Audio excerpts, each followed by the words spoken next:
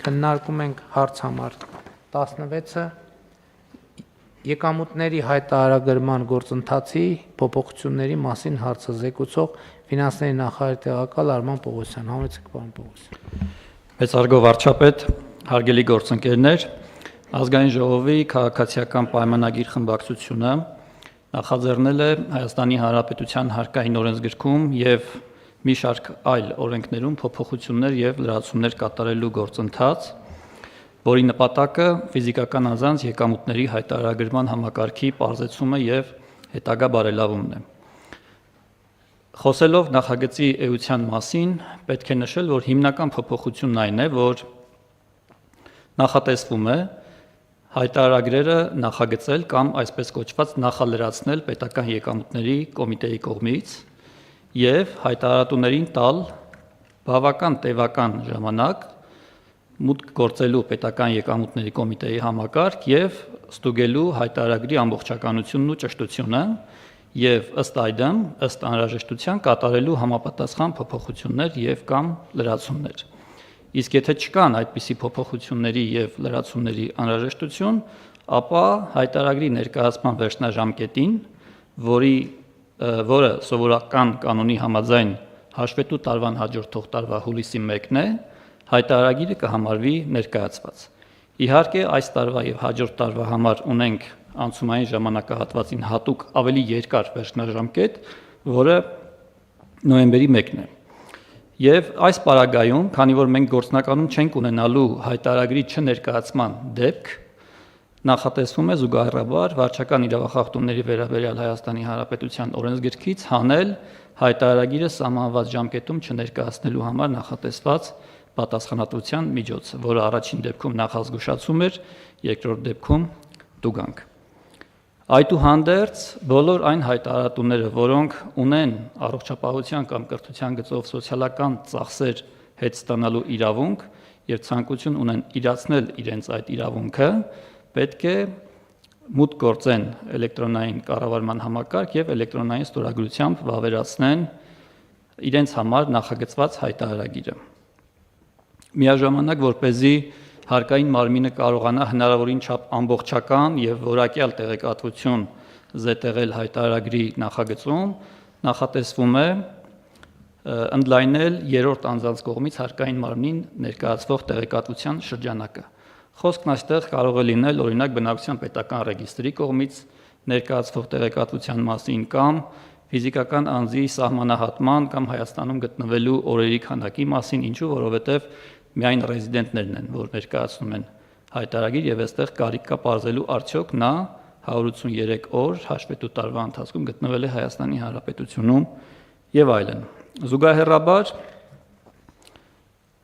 ապահովելու համար իրավական հիմք, որպեսզի կառավարությունը ավելի ճկուն ընթացակարգերով կարողանա շարունակել հայտարարագրման գործընթացի պարզեցումը, նախատեսվում է կառավարությանը իրավասություն վերապահել, սահմանելու որոշ եկամտատեսակներ, որոնք հայտարարագրման ենթակա չեն լինի, կամ եկամտատեսակներ, որոնք հայտարարագրման ենթակա կլինեն որոշակի շեմը գերազանցելու դեպքում միայն։ Խոսելով հայտարարագրման ոչ ենթակա եկամուտների մասին, այսօրվա քննարկումներն այն մասին են, որ այդպիսի եկամուտներ կարող են լինել օրինակ ներգրաված միջոցները, փոխառությունների տեսքով, վարկերի տեսքով, օվերդրաֆտերի տեսքով եւ այլն, եւ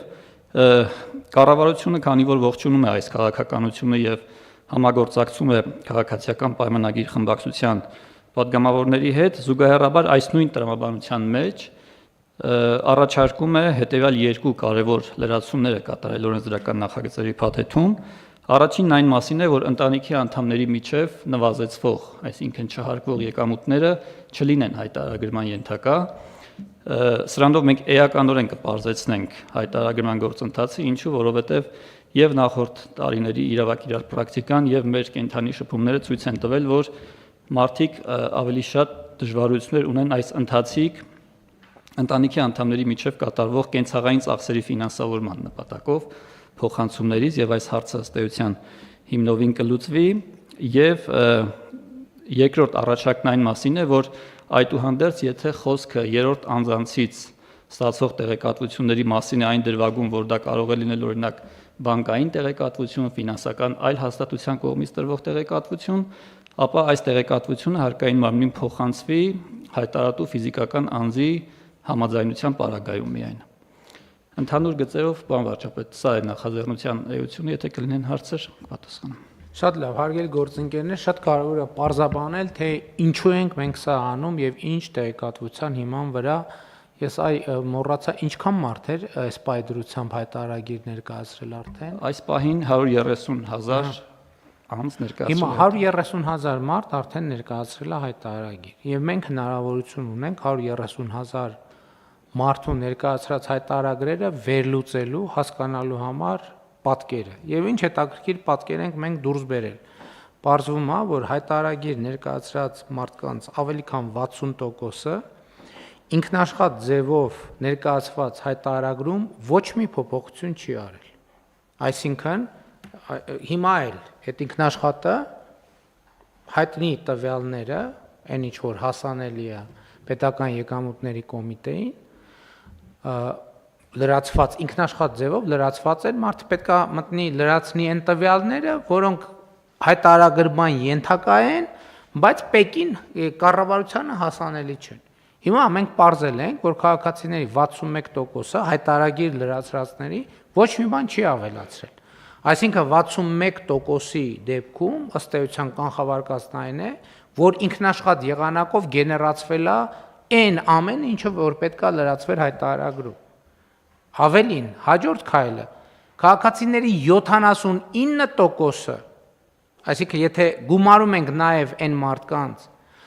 ովքեր լրացրել են տվյալներ, որոնք մեծ հաշվով կարող են հասանելի դառնալ կառավարությանը, բայց բանկային գաղտնիքի եւ այլն, մասնավորապես ստացված վարկերի եւ փոխառությունների մասին։ Այսինքն այդ տվյալը կա, նկատի ունեմ, անհասանելի է օրենսդրական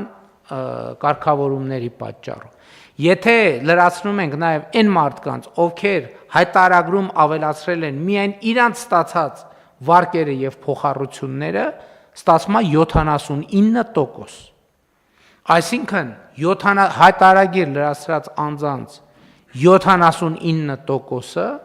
ըստ էության պետությանը ոչ մի նոր տվյալ չի տալիս եւ լրացնում է միայն այն տվյալները, որոնք պետությունը կամ գիտի, կամ քաղաքացու թույլտվության դեպքում կարող է իմանալ։ Հիմա այստեղից հարց առաջացավ. եթե այսպիսին է վիճակագրությունը, ինչի ենք մենք մարդկանց 79%-ին ասում, որ դուք մտեք հայտարարագիրը լրացրեք այն դեպքում, երբ որ ինքնաշխատ ձևով այդ հայտարարագիրը լրացված է։ Մենք եկանք այսպիսի լուծման, որ եթե 79%-ը այս իրադրությունն է, այսինքն մենք 21%-ի դեպքում ունենք այստեղից շեղվող ինչ որ մի իրականություն, ուրեմն եկեք ինքնաշխատ լրացնենք հայտարարագիրը, այն 61%-ի դեպքում առանց որևէ լրացուցիչ գործառույթի, բայց ասենք, եթե դուք ունեք սոցիալական կրեդիտ, դուք պետք է մտնեք եւ էլեկտրոնային ստորագրությամբ հաստատեք այդ հայտարարագիրը։ Երկրորդ խմբի դեպքում, ովքեր ունեն վարկեր փոխառություններ, մենք իրանց ասում ենք, եկեք դուք հնարավորություն տվեք, որպեսզի այդ արդեն իսկ հայտնի տվյալը նույնպես ինքնաշխատ ձևով գեներացվի, որպեսզի դուք լրացուցիչ այդ տվյալները լրացնելու անհրաժեշտություն չունենաք, այսինքն սրանով 79%-ի խնդիրը լուծում ենք, բայց այդ դեպքում էլ սոցիալական կրեդիտը ստանալու համար էլի պետքա լրացուցիչ հաստատում ստանալ։ 21%-ի դեպքում ասում ենք հետեւյալը. մենք ինքնաշխատ լրացնում ենք եւ բոլորի դեպքում դուք գիտեք ինչ տվյալ արդեն չկա այնտեղ, որը հայտարարագրման ենթակա է։ Եթե դուք ունեք հայտարարագրման ենթակա տվյալ, մտեք լրացրեք։ Եթե դուք համարում եք չունեք հայտարարագրման ենթակա տվյալ, ուրեմն այդ հայտարարագիրը արդեն կա եւ այդ հայտարարագիրը ստեղծելու է ձեր եկամուտների պատմություն, այսինքն դա համարվելու է հաստատված հայտարարագիր, որը հետագայում ձեր հարաբերություններում արդեն որպես բազային տվյալ օգտագործվելու է եւ չի լինելու լեգիտիմություն, որ ես գիտեք ինչ հայտարարագիրը չեմ լրացրել եւ ես պատահական փողոցից գտել էի $4 միլիոն եւ մոռացել էի $4 միլիոն հայտարարել։ Ես կարծում եմ, որ այսինքն այս որոշումը կայացվել է 130,000 մարդկանց լրացրած հայտարարագրերի տվյալների վերլուծության արդյունքում եւ կարծում եմ, որ շատ տրամաբանական հաջորդ քայլն է, բայց ելի է շատ կարեւոր է արձանագրել սրանով մենք քաղաքացուն չենք ազատում հայտարարագիր լրացնելու պարտավորությունից, որովհետև օրինակ եթե քաղաքացին ունի հարկման ենթակա եկամուտներ, ինքը չհայտարարագրեց, միտեղ դա դուրս է գալու, հետո հետահայաց, այդ ամբողջ հարկային պատմությունը գեներացվելու է եւ արդեն այս վարչական պատասխանատվությունը հանում ենք, բայց որովհետև անմեղության կանխավարկածով ենք նաև ինչ որտեղ առաջնորդում, բայց եթե որևէ X պահի ի հայտ եկավ, որ մարդը պետք է տվյալ լրացնել եւ չի լրացրել, այդ դեպքում արդեն հարաբերությունների կարգավորման բոլորովին ուրիշ տրամաբանություն է գործելու, արդեն մեր ունեցած օրենսդրության համաձայն։ Մեր օրենսդրությունը իհարկե ասում է, որ այն պահին, երբ որ քաղաքացին այդ պարտավորությունները կկատարվի, հարցերը համարվում են լուծված, բայց ընդհանուր պատկերը սա է։ Համեցեք Տիկին Գալյան։ Շնորհակալություն, պարոն վարչապետ, ձեր կողմից նշվածի համատեքստում ուղղակի հավելեմ, որ հարկեր չվճարելու համար պատասխանատվությունը քրեական օրենսգրքում շարունակում է մնալ եւ այդ նպատակով, այսինքն հարկեր վճարելուց խուսափելու նպատակով հայտարարագրում ինչ որ խնդիրների պարագայում կարծում եմ, որ ոչ ոք չի վերացրել դեռ քրեական պատասխանատվություն։ Միևնույն ժամանակ ուզում եմ ասել, որ չզեկուցվող հարցերի փաթեթում կար մի նախագիծ քրեական օրենսգրքում փոփոխություններ կատարելու մասին, որը միտված էր հստակեցնելուն, հայտարարագիր չներկայացնելուն վերաբերող համապատասխան հոդվածը, ժամանակին այս հոդվածով նախատեսվող կարգավորումը շահարկման առարկա դարձավ այն առումով, որ մենք ցանկանում ենք քաղաքացիներին, ովքեր պետական եկամուտների կոմիտե չեն ներկայացրել հայտարարագիր, ենթարկել քրեական պատասխանատվության, իրականում դա այդպես չէր, բայց որ որևէ մեկը, որևէ անգամ չխոսի այդ մասին, մենք գնացինք այն ճանապարհով, որ հստակեցնենք հանցակազմի սուբյեկտային կազմը եւ նախատեսենք, որ այդ քաղաքացիները չներկայացնելու դեպքում չեն ենթարկվելու քրեական պատասխանատվության։ Շատ լավ, բայց էլի սա էլ այն դեպքերից է, որ ես էլի ուզում եմ մեր ուշադրությունը եւ հանրության ուշադրությունը հրավիրել հետեւյալի վրա, նախ համընդհանուր հայտարարագրման համակարգը շատ կարևոր է եւ ես ուրախ եմ, որ մենք այս ճանապարհը գտանք այդ համակարգը կայացնելու։ Համակարգը սրանով արդեն ինքնաշխատ եղանակով կայանում է եւ սա շատ կարևոր է։ Հաջորդը էլի այդ բանը, այդ նեգատիվը, որը ձևավորվում է բանի շուրջ, այդ հարկերի շուրջ, վայ հարկեր, ես էլի ուզում եմ ասեմ, Հայաստանի Հանրապետության ոչ մի քաղաքացի, բացարձակապես ոչ մի քաղաքացի ինքը իր ընտանիքի բարեկեցության համար չի ծախսում ավելի շատ գումար, քան ծախսում է Հայաստանի Հանրապետության պետական բյուջեն։ Մի անգամ ես այդ հայտարարությունը արեցի, մեծ կամ կիսամեծ աղմուկ բարձրացավ սրա հետ կապված եւ միջև հիմա ուզում են փորձ արվում հերքել իմ այս հայտարարությունը, բայց կարծում եմ, որ չի ստացվում, որովհետեւ ընդհակառակը ավելի հիմնավորվում է եւ ես էլի ուզում եմ կոչ անել մեր քաղաքացիներին, որպեսզի մենք արձանագրենք, որ վճարված հարկը ընդամենը աճ գրպանից գումարը ձախ գրպան տեղափոխելն է կամ հակառակը, ով ինչ ճաշակ ունի։ Հետևաբար, իսկ այս փոփոխությունն էլ քաղաքացիների համար առավելագույն հարմարավետություն ստեղծելու տրամաբանությամբ է, մանավանդ որ եւ հիմնված վիճակագրության վրա։ Այն նախորդ որոշումը, որ մենք կայացրինք, մեզ հնարավորություն տվեց ունենալ 130,000 մարդու տվյալ, որը արդեն ինքը ունի սոցիոլոգիական շատ կոնկրետ պատկեր է մեզ համար ստեղծում, եւ մենք համոզված ենք հիմա, որ այդ տվյալը մեծ շեղում չի կարող ունենա, պլյուս մինուս մի քիչ, եւ այս համակարգով մենք խնդիրը ամբողջապես եւ համակարգային ձևով լուծում ենք։ Համեցեք, պարոն Թորոսյան։ Շնորհակալություն, պարոն վարչապետ, մի կարճ հարց ճշտող պարոն Պողոսյանին եւ մի առաջարկ մեր պետեկամուտների կոմիտեի գործընկերներին։ Պարոն Պողոսյան, դուք մի կարևոր առաջարկ նշեցիք, որ մենք ենք անելու ազգային ժողովի գործընկերներին, որ ներառեն դա ընտանիքի անդամների միջև այդ փոխանցումները չներառելն է, ճիշտ եմ հասկանում, ու բայց նշեցիք, որ կենցաղային այդտեղ կա սահմանաչափ, այսինքն եթե օրինակ կինը ամուսնուն 50 միլիոն դրամ փոխանցել է, ամուսնն էլ կնոջ հետ այդ 50 միլիոնը կամ չգիտեմ 30 միլիոնը հետ է փոխանցել, դա համարվում է կենցաղային, թե ինչ որ սահմանաչափ կա, որտեղ այդ եկամուտների մի ճնշող մեծամասնությունը դա կարող է լինել որոշ քաղաքացիների մոտ, եւ երկրորդը մենք հարմարավետությունից խոսելիս հաճախ դետալների ուշադրություն չենք դարձնում, ես որպես այդ 130,000-ից մեկն եմ հիմա էլի սա առաջարկում, երբ որ դու մի ստորագրությունով հաստատում ես, դու մի հատ էլ առանձին դիմում պետք է ներկայացնես, որ սոցիալական կրեդիտը ստանաս, նույնիսկ այն պարագայում, երբ որ այդ հաշիվը արդեն կախված է։ Ես խնդրում եմ մեր ՊԵԿ-ի գործընկերներին այդ երկրորդ գործընթացը պարզապես ավտոմատացնել, որտեղ եթե ես արդեն ունեմ իմ վրա դուրս գրված սոցիալական կրեդիտ, ես նորից դիմում չներկայացնեմ թեկուզ այդ նույն համակարգում։ Շնորհակալություն։ Պարոն Թորոսյան, շնորհակալություն հարցի համար։ Մտադիր ենք հետևյալ երկու նախապայմանը սահմանել միայն, առաջին, որ փոխանցումները լինեն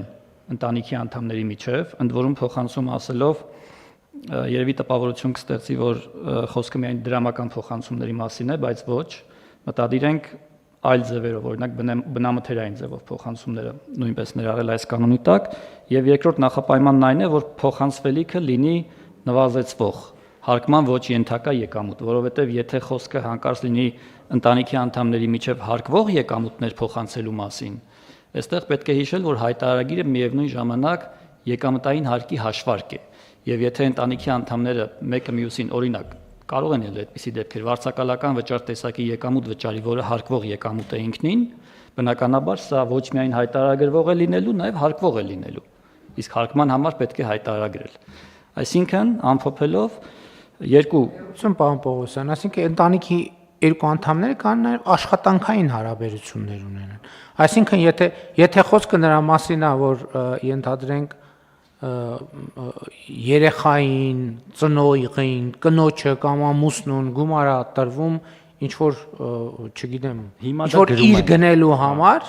դա մեկ ասենց տենից հարկման ենթակա գումար չի, որտեղ հիմա գրում ենք դա, պարոն, հիմա գրվում է դա։ Դե հասկանում եք, էլի մենք համակարգ ստեղծել ենք, այո, նաև վարչական լծակ կիրառելով այդ համակարգ սկսել ենք աշխատեցնել, այդ համակարգը մեզ համար մեծ տվյալ է գեներացրել։ Մենք հիմա այդ մեծ տվյալը վերլուծում ենք եւ տեսնում ենք, որ սա կարողա չլինի, նա կարողա չլինի, նա կարողա չլինի, թեթևացնում ենք համակարգը, որ եւ լուծում ենք երկու խնդիր։ Առաջինը, որ մենք համակարգը ստեղծում ենք, դա այլևս կայացած փաստ է, եւ երկրորդը այնպես ենք անում, որ բոլորը առանց բացառության բոլորը լրացնում են հայտարարագիր, ակտիվ կամ пассив, եւ երրորդը մաքսիմալ հարմարավետ ենք դարձնում մարդկանց համար։ Խնդրեմ, համեցեք, պարոն Խաչատրյան։ Շնորհակալություն, պարոն վարչապետ, պարոն Պողոսյան, դուք նշեցիք, որ եթե համաձայնություն է տալիս անձը, ապա ֆինանսական կառույցները ինքնաշխատի եղանակով տեղեկությունները կփոխանցեն հայտարարագրման համակարգին։ Կարող ենք այնպես նախատեսել, որ դա մեկ անգամ արվի, ոչ թե բոլոր տարիների հայտարարագրերի համար, որ եթե ես այս տարվա համար հայտարարագրում գրել եմ, որ ես համաձայն եմ, որ ֆինանսական կառույցներից ստացվեն ինձ վերաբերելի տվյալները, ստիպված չլինեմ ամեն տարվա հայտարարագրման ժամանակահատվածում նորից մտնել եւ նորից այդ հաստատումը տալ։ Պարոն Խաչատրյան, այդպես էլ մտադիր ենք, այդպես ենք նախատեսել, ընդ որում եկամտատեսակների տարբերակում չենք դնելու, այսինքն չենք առաջարկելու, որ օրինակ ավանդի գծով հաշվեգրվող տոկոսի մասով տեղեկատվությունը տալ, բայց վարկերի գծով տեղեկատվությունը չտալ։ Մենք սրան նայում ենք որպես հավաքական երևույթ, այո, մեկ անգամ այդ համաձայնությունը կստացվի եւ կգործարկվի։ Պարոն վարչապետ, իսկապես շատ ավելի հարմարավետ ենք դարձնում մարդկանց համար այս համակարգը, բայց տենց հիմա կարող է հավելյալ ջանք գործադրենք Եվ մի քայլ էլ անենք, ես բարձրացնեմ խնդիրը, ինչքան որ շատ տարածված է ընտանիքի անդամների միջև այդպիսի փոխանցումները։ Հազվադեպ չեն նաև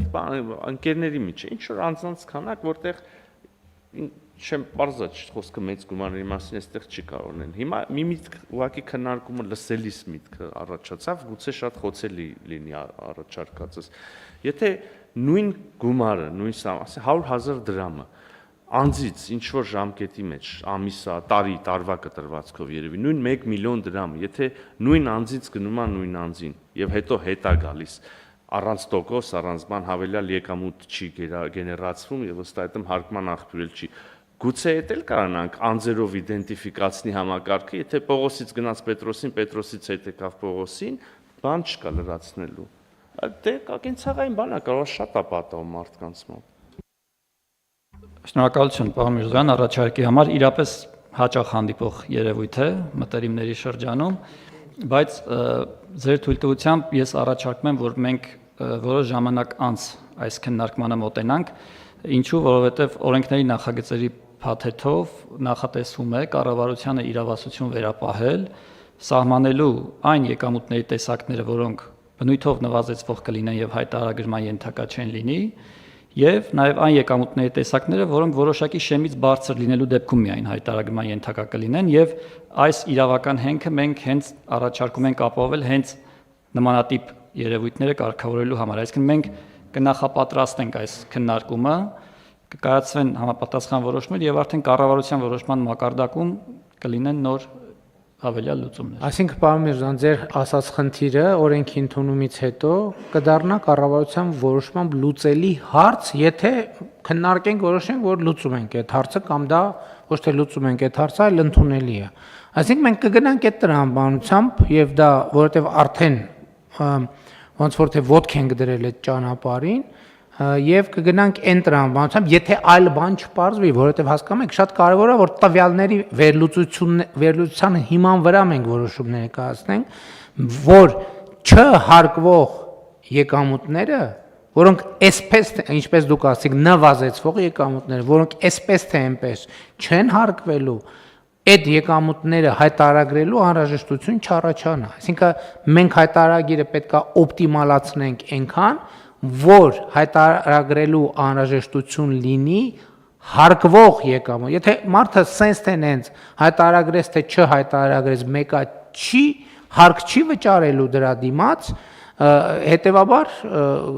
կարող է, բայց ես չեմ բացառում, որ կարան դեպքեր ել եմ ասում, դա կարևոր է, որ փորձագիտական մակարդակով մեծ տվյալների վերլուծության արդյունքում մենք հենց տեսնենք ինչ այդպիսի միջև հիմա հայտարարագրված դեպքեր կան։ Այդ դեպքերը այլ հարթակներում մեզ ինչ ինֆորմացիա են տալիս, դրանք կարևորություն ունեն այդ առումով թե չունեն, նոր կայացնենք այդ որոշումները։ Այսինքն մեր խնդիրը չի պրոբլեմներ ստեղծել, մեր խնդիրն է պրոբլեմները լուծել։ Իհարկե որոշ դեպքերում պետք է մի քիչ ստեղծենք, որ հետո լուծենք ու ծանուցենք։ Շատ լավ։ Խնդրեմ այլ հարցեր, դիտարկումներ, դուք բան ունեք ասելու։ Շնորհակալություն պարոն Թորոսյանի առաջարկի հետ կապված ուղղակի ուզում եի նշել, որ մենք հիմա եւ բջջային հավելվածի եւ կայքի ավելի մատչելի դարձնելու տեխնիկական առաջադրանք արդեն մշակել ենք, որտեղ նաեւ հաշվի ենք առել ձեր առաջարկը, որ առանց լայացուցիչ գործողությունների հետ ստանան։ Բայց երևի պիտի խնդրենք ֆինանսների նախարարությունը եւ ՊԵԿ-ը նորից իրազեկեն, որովհետեւ մարդիկ ավելորդ այժոտաժի մեջ են, ինչ որ սկսվել է կանխիկ շրջանառությունը մեծանալ, բացարձակ անիմաստ գործողություններ են։ Մենք խոսում ենք եկամուտների մասին, ոչ թե փողային շրջանառության, բայց երևի լավ տեղ չենք հասցնում ու մարդիկ դա անցալում են այլ կերպ։ Այն ինչ որ պարոն Միրզոյանը ասաց, այո։ Արդիկ ճիշտ որոշ դեպքերում ճիշտ էլ ընկալում են։ Օրինակ, ասենք եթե նախկինում ծառայության դիմաց օրինակ Վարշավիրը կամ այլ ծառայություններ մատուցող քարտից քարտ փոխանցումով ընդունում էր, հիմա ասում է քարտից քարտ մի տվեք, որովհետև հարկ պետք է վճարենք։ Այո, հարկ պետք է վճարեք։ Հարգելի սիրելի քաղաքացիներ, մենք բոլորս պետքա հարկ վճարենք, որովհետև երբ որ այդ Վարշավիրանոցից դուրս եք գալիս, այնտեղ որ ոչ թե բանա, ոչ թե գրունտա եւ ասենք ենթադրենք բլուր, ոչ թե բլուրա 5 մետրանոց եւ կողքն է 4 մետրանոց փոս, դրանից այն կողմ ինչ որ բան, դա այդ վճարած հարկերի միջոցով է արվում։ Եվ մենք սրա մասին ի վերջո պետքա բան անենք։ Ես մեր քաղաքացիներին անդադար եմ ասում։ Գնում ենք բնակավայր ու քաղաքացիների հետ շփվում ենք, այսօր Հայաստանում հազարավոր չլուծված խնդրեմ կա։ Բան ճանապարհի, դպրոցի, մանկապարտեզի, չգիտեմ, լուսավորության, ամեն ինչի մասին։ Ասում եմ կա, ինչքանի ծախս կլինի մոտավորապես, ասենք գյուղում, թաղում եւ այլն, կլինի 1 միլիոն դրամի, շատ 2 միլիոն, 3 միլիոն, 5 միլիարդ, 10 միլիարդ կլինի այդքան։ Ասում եմ հիմա եկեք ես ու դուք, ես էլ, դուք էլ հետ գնանք տեսնենք մեր այդ համակարգի ներդրմանորից քանի անգամ ենք մենք խանութից դուրս եկել առանց ՀԴՄ կտրոն վերցնելու։ Քանի անգամ ես ինքս, որովհետև մենք մտածել ենք խանութի տիրոջ լավություն ենք անում։ Բայց այդ 50 միլիարդ դրամն է, որ մեզ թվում է, բայց 50 միլիարդ դրամ ո՞նց է ձևավորվում։ Ձևավորվում է տասնյակ հազարավոր քաղաքացիների կողմից ՀԴՄ կտրոնի միջոցով գեներացվող վճարվող հարկերից։ Եվ այս տրամաբանական կապերն են, որ մեր մոտ խզված են, որովհետև ել եմ ասում, մենք պետությունը ասում ենք դե բան է, էլի, սուլթանի փողն է, էլի, կամ շահի փողն է, էլի, կամ ցարի փողն է, էլի։ Ոչ ձեր փողն է, սիրելի քաղաքացիներ, ձեր փողն է։ Եվ այդ փողերով է, որ լուծվում է դպրոցի, մանկապարտեզի, անվտանգության եւ այլնի, բա որ ասում եմ կենացը, առողջության, այո, այս առողջապահության ապահովագրություն ենք մտցնում, որ կենացը, որ զինվորը էս ունեն, այն, իսկ ինչ որ չունի եւ չի ունեցել զինվորը, այդ չունեցածը բոլոր այդ չվերցրած եւ չպահանջած, չտպած ՀԴՄ-ների մեջ է մնացել։ Այս է կենացի եւ ոչ կենացի տարբերությունը, որտեվ եթե մի դեպքում ոտի վրա կենաց խմում ենք, բայց այդ գնաց օղու ՀԴՄ-ն չենք վերցնում, ստեղա, այս նեղ արանքում է լուծվում այդ բոլոր հարցերը։ Համեցեք։ Շնորհակալություն, պարոն վարչապետ, եթե sense խնդիր կա, որը կա բացահայտորեն, միգուցե երկարաժամկետ ինֆորմացիոն արշավ ձեռնարկենք հանրային բոլոր միջոցներով, որպեսզի այդ տրամաբանական կապը հստակորեն հանրությանը բացատրենք պետական ծառայությունների մատուցման եւ հարկահանության միջև, որովհետեւ փաստորեն տեղ չի հասնում կամ ջանքեր չեն գործադրել։ Գիտեմ, տարական բան եմ ասում, բայց միգուցե պարզապես պետքա դա 1, 2, 3 տարի անել, որովհետեւ առանց դրա չի ստացվում փաստորեն։ Պարոն Սինանյան, ինչ որ ես հիմա ասեցի, 2025 թվականին Հայաստանի 48 հանդիպում եմ ես ունեցել Հայաստանի տարբեր համայնքներում, կրթվել են նորաձև շարժման շրջանակներում, որտեղ հազարավոր մարդիկ են, չեմ հիշի թիվը, լավ բան չասեմ, այս նախադասությունը իրականում մեջբերում է այդտեղից, երբ որ ընդ որում գյուղերում, քաղաքներում, ամենտեղ եւ այո, հիմա կառավարության նիստում ինչ եմ ձեր ժամանակը ծախսում, այդքան ասում կամ ինչ ենք ծախսում, էս էլ է արշավ, որպեսզի մարդիկ իմանան, թե ինչ ենք անում եւ ինչի համար ենք անում, է շատ կարեւոր հանգամանք է եւ այո, համաձայն եմ, բայց դա մենակ ուրիշներին չի վերաբերվում, դա մեզ էլ է վերաբերվում, որովհետեւ ես օրինակ ձեզ ուրիշ բան ասեմ, այս համակարգում այդ թվում իմ անձնական փորձով մենք խոցեր ենք հայտնաբերել։ Ես օրինակ մի անգամ բանի օրը, ինչ օր էր, գիրք նվիրելու օրը գնացի գրախանութից գիրք գնեցի բանով, քարտով։ Եվ քարտի այդ երբ որ անկանխիկ ես վճարում, թուղթ սովորաբար տալիս են։ Մեկ էլ մտքովս անցավ, հետո ինձ համար պարզեցի, որ այդ թուղթը ՀԴՄ չի։ Եվ մեր համակարգը այնքան ինտեգրված չի, որ քարտով վճարելու դեպքում միանգամից ՀԴՄ գեներացվի։ Հիմա այդ հարցը լուծելու ճանապարհին հասել ենք միտեղ։ Այսինքն սենց բաներ կա, որ ասենք իրազեկում, բայց թուղթը վերցրել եմ եկել, հետո մտքովս անցե, բայց մի րոպե, սա ՀԴՄ է, թե ՀԴՄ չի։ Հետո անակնկալ բարձել են, որ դա ՀԴՄ չի։ Ինչ են կարել, ինչ են անում։ Ծրագրային լուծումներն ենք հիմա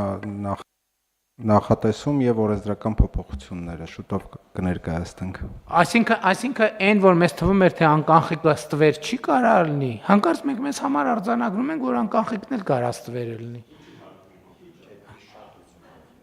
Չէ, բայց այնուամենայնիվ, բանկային գաղտնիք կա, էս կա, այն կա։ Ամեն դեպքում դա խնդիր է, որը մենք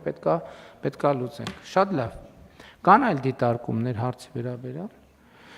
Իրազեկում, այո, ամեն ինչի մասին, մեր բոլոր քաղաքականությունները, այս որոշման մասին, հնարավոր փոփոխությունների մասին, եւ մենք էլ պետք է իրազեկվենք խնդիրների մասին, որպեսզի, այո, կարող լինեն իրավիճակներ, որ մեզ թվում է, որ շատ կարեւոր է, դա պետք է լինի, բայց կարող է պարզվի, որ այդ հանենք այդ պահանջը